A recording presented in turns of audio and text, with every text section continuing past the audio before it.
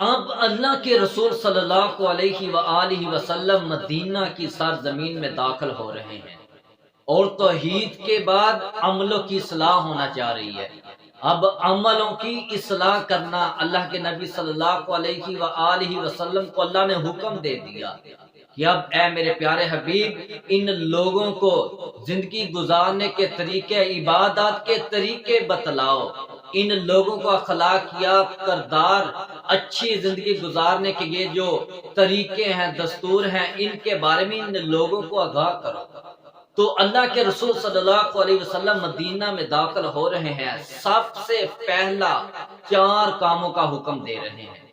4 کاموں کا اللہ کے رسول صلی اللہ علیہ وسلم تمام لوگوں کو حکم دے رہے ہیں، اور فرماتے ہیں کہ جو آدمی یہ 4 کام کر لے وہ اللہ کی جنتوں میں سلامتی کے ساتھ داخل ہو جائے گا۔ پہلا کام کیا فرمایا؟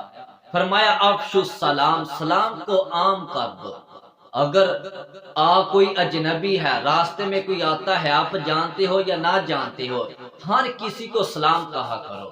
پھر فرمایا واصل الارحام، صلہ رحمی کے بندھن کو قائم کرو۔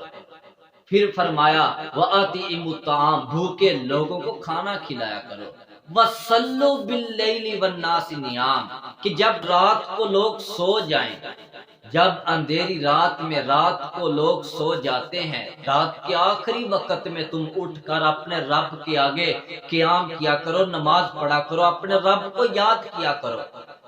فرمایا تدخلوا الجنۃ بسلام، تم سلامتی کے ساتھ جنت میں داخل ہو جاؤ گے۔